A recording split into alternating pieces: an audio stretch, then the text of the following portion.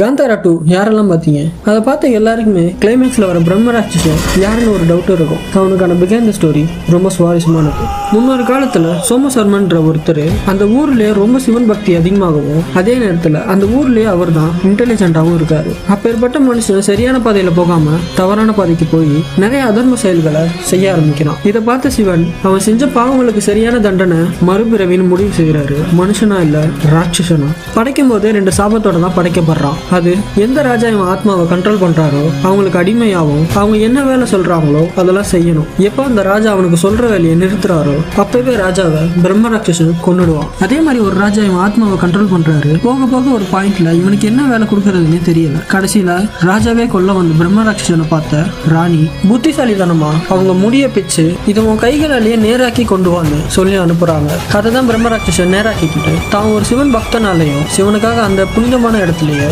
சிவனுக்கு காவலாவே தங்கி விடுறான். அதை தான் ரிஷப் செட்டி இதில் காட்டியிருப்பார். இதை பற்றி நீங்கள் என்ன நினைக்கிறீங்க? கமெண்ட் பண்ணுங்க.